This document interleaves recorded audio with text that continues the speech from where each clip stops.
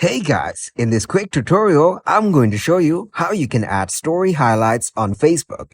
The steps are really simple and easy, so let's get started. First, you need to open your Facebook app.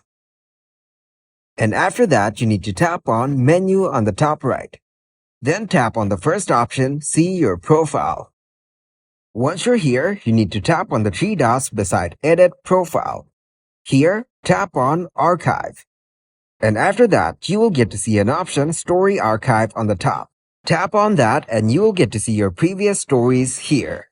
Now open whichever story you want and then tap on Feature on the bottom right. Here you can put a title for your highlight. Also, you can tap on Add More to add more content to your highlight. Just select whatever you want to add to your highlight from your gallery. And once you're done selecting, tap on Next. And here, as you can see, all the photos you have selected are added here. And after that, tap on Title and put in a name for your highlight. Then tap on your cover picture and choose whichever picture you want to use as your cover. After selecting, tap on Use on the top right.